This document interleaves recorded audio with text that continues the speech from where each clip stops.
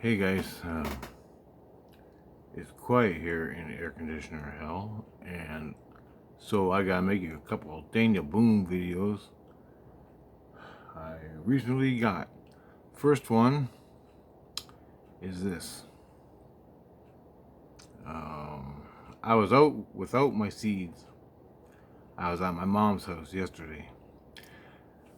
There's a video of Daniel Boone I made where he decapitates one of the looters. There were 7 or 8 looters that looted his house. And he killed all but 2. The other 2 were shot. I shot the other 2. Well, he shot the other 2. I say I because I incorporate all my past lives in myself. They are myself, so it's my experience. I just had one, I'm relaying it to you. You can divide your past lives up in your head and go crazy if you want, or not. It's up to you, whatever. So anyway, I'll try to keep them separate for this video, so we will know who we're talking about. It's easier that way. So I went to my mom's house. I watched a Daniel Boone video about the priestess, and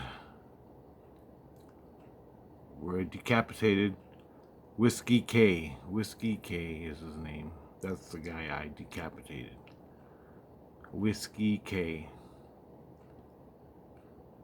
He is living in St. Lucian. He's a priest, and he's with the Legion. I never met him. I haven't seen him in my current lifetime. I just found out about him, made that video, watch it. It's on the Daniel Boone playlist. I think it's Sasquatch in it. I don't know, but I mentioned a song about. I mentioned a song by Pumpkins, Smashing Pumpkins. It's a date. And I sing that to the priestess. And I started bawling my eyes out. I don't sing it to the priestess. I sent it to her through Facebook. And I started crying my eyes out in a video I made. Anyway, I watched it again. That sparked me up a whole fucking shitload of stuff. I go to my mom's house. I'm sitting there, I'm watching WKRP in Cincinnati on YouTube. Old stuff, my mom likes it. Retro. I loved it when I was a kid.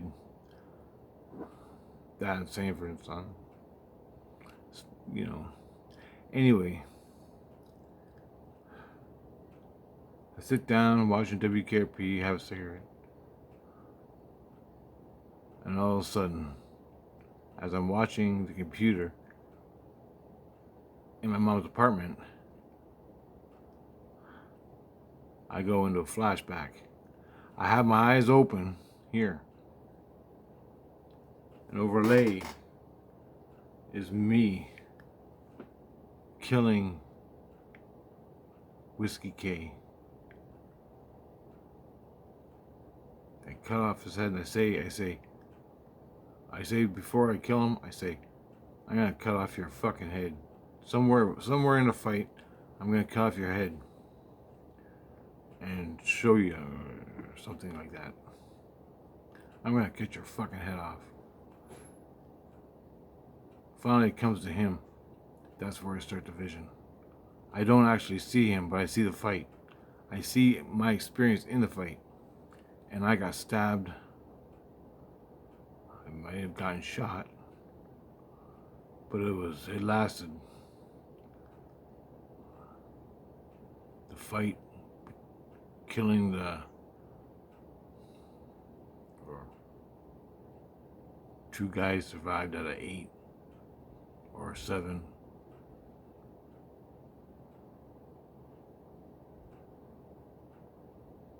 So I killed 4. Whiskey Cave was 1. I shot 2. And it was in a double house. A double house. Upstairs, the fight took place, and downstairs. They came in the house. I remember we were yelling at each other. I didn't know them. I don't know where they're from. They were white guys, all rednecks, and they were stealing my shit. So they said, "We don't want to fight. We're gonna take your everything you got, more or less." I said, "No, you're not. Winter's here, so defend yourself, because I'm gonna fucking kill all of you." And I did. I didn't see it all. I didn't see the scenes. I just saw Whiskey K. We were going from room to room, hiding. You know, you go from room to room with your gun. I spent all my bullets, so I had a knife. That's all I had. I grabbed Whiskey K. Now, I don't know if the house was empty or if there was people in it, because it was a double-decker house, 2-level house. You can Google Daniel Boone's house. That's what it looked like. That's simple. The one in Kentucky. I lived in like 3 houses. They all looked like that, supposedly. Anyway, I stab him, kill him, and after the fight, this is I think he was the last guy I killed, because I had time to do what I was gonna do next. I cut off his fucking head. I was so pumped, full of fucking energy, but I was exhausted at the same time from the fight. The other 2 guys that were alive, I could hear them. They were slowly dying and moaning away. Or they lived, I don't know. But they're moaning, "Fucking cocksucker." I cut Whiskey K's head off. I picked it up. I think I was on my knees or something. Down on my knees. Blood everywhere. The whole fucking floor. Pools of blood just rushing.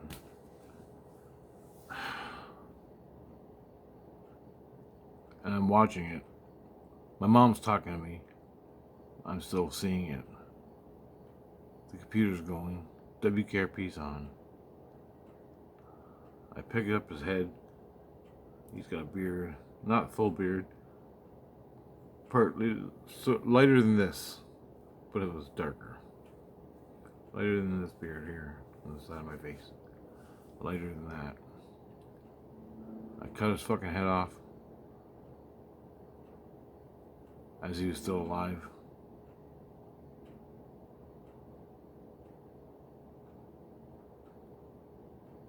I looked in his eyes, said, "I told you I'd fucking cut your head off and kill you. I'd kill you and cut your head off. Told you I'd kill you and cut your head off." And I threw his head down. And I collapsed, like totally exhausted. Took everything I had in me to shoot. I only had 2 guns, I think. The rest were stabbing, killings, door to door. The knife. They weren't that hard to kill. From what Christ said and what I experienced, I can't believe I did that. The only thing the difference was, I had got through the war. I was 40 years old, I think. I was 40 something years old when this happened. The only thing was, it was winter. They were starving to death, freezing to death. And they came in there to get everything they could. And I said, nope. You're gonna die. Because I have a family to feed. More than a family to feed. All the meat I shot and killed, all the meat my friends shot and killed, was in the fucking basement cellar, in cold rooms.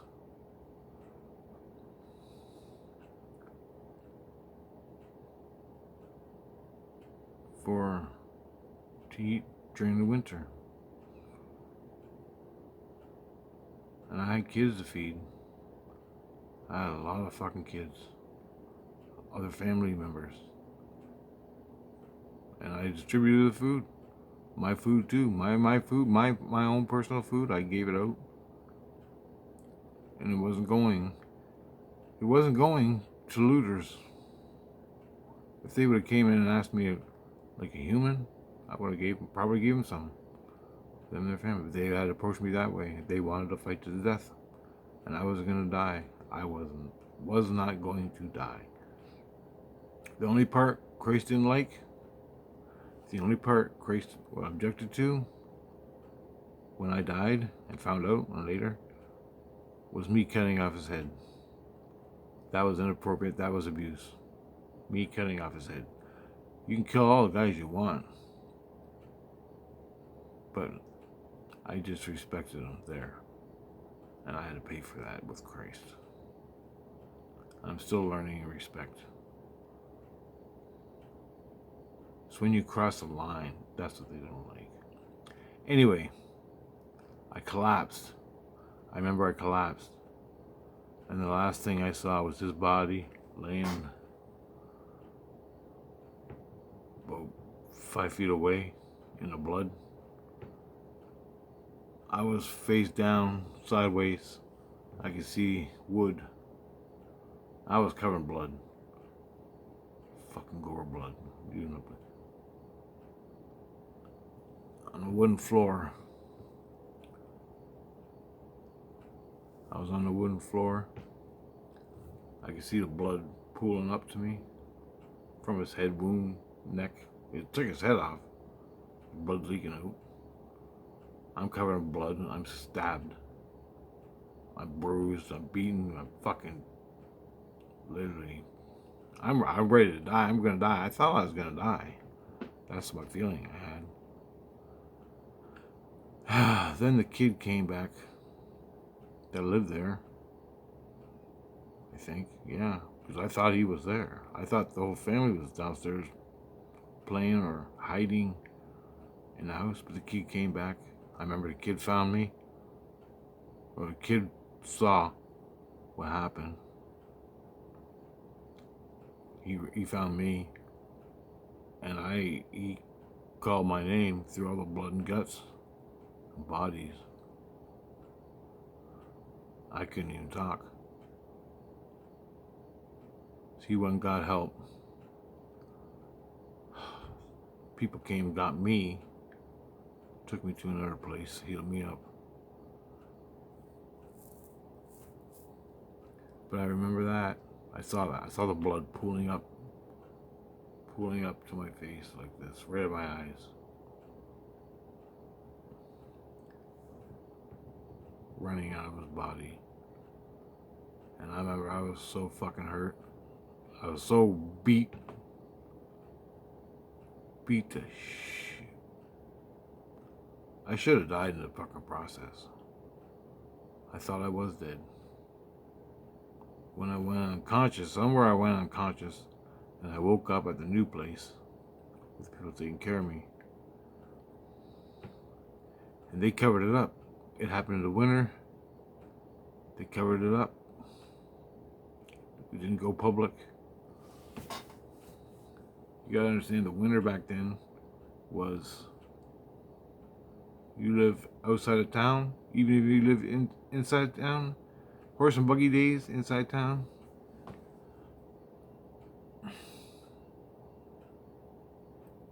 We buried the bodies, cleaned up the blood, carried on life as usual, and never went public.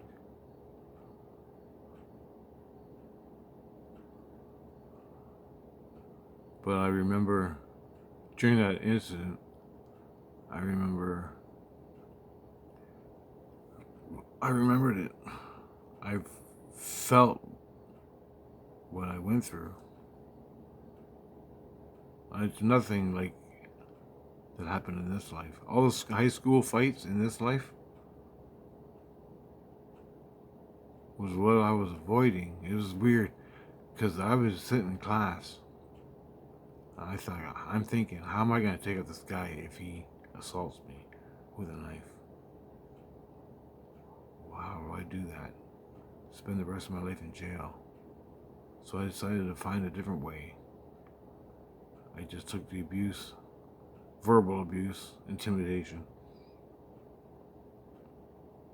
and I found that fine line where they push you, push you, push you, and as that's going on, you collect witnesses, any witness, and you just stand your ground, but you don't push back, you don't fight, you don't inflame it, and they push you back, and they push you and push you, and then they punch you in the face, and I can take some fucking punches from the biggest fucking ugly cocksuckers you ever want to meet.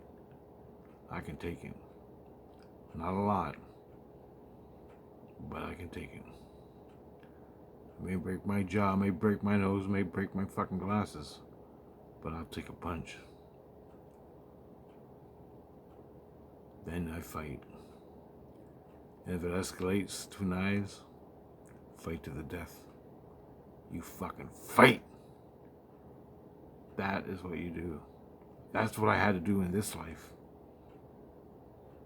It never went much farther than a fist fight. When I fought, it was just fists. So thank God, and I'm truly blessed that I never had to go through what I did with Daniel Boone. I'm truly blessed that I didn't have to relive that. It could have happened. Oh, it could have happened. And he's fucking one of these guys that beat me up. Tried to beat me up. Sorry. But it didn't. And I had to think about it. I had to think about how far can I go under the laws of the land, Canada. And it's all changed since high school. You defend yourself, you're guilty and you're going to jail. You can't even fucking fight. Cops know it. They think it's bullshit. Me and people, last fight I got into was a gas station parking lot. We were fighting. Cop pulled up. Says, you boys done? I said, yes, sir. You go on your way, guys. And that was it. He didn't ring me up, didn't even take our names. He said, both of you, get walking. That was it. I respect that cop. And that fight could have went bad. He had his fingers in my eyes,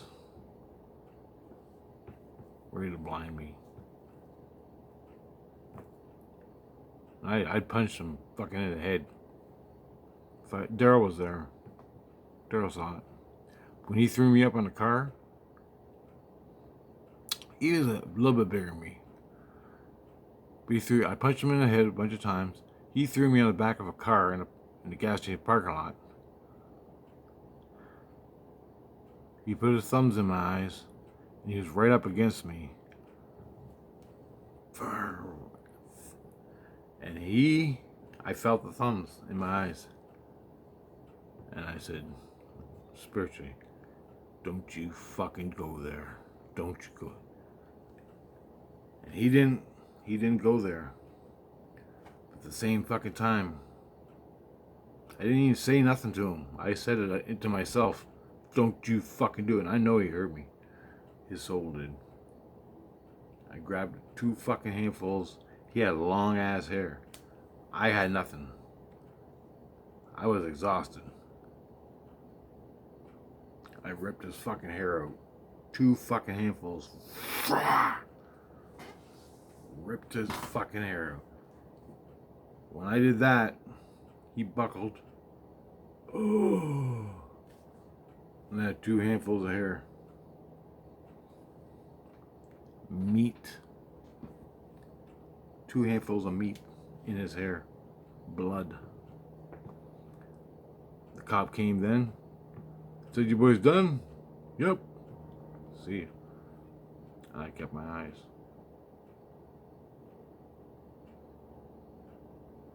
But I kicked his ass. It was a fucking street fight. I had no knife. I had nothing but my fists. And I was getting exhausted already from swinging. So what I'm trying to say is that was a street fight, or on the edge of a street fight. I could have went there. But my hands at the time, the only place I had him by the cuffs, he had me back on the car because I was exhausted, and he put his thumbs in my eyes. I said, "Don't you fucking dare!" Rip! He never even had a chance to think or something. I ripped his fucking hair out. It sounds gay, but it's better than a knife across the throat. Gives my eyesight, man.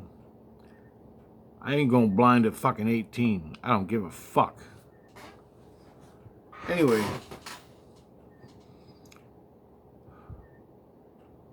So I'm still Whiskey K. I hated to do it, but you fucking pissed me off. Why do they do that? I don't know. I gotta go, guys. I don't have to make this too long. I gotta make part 2. Another Daniel Boone video I had today.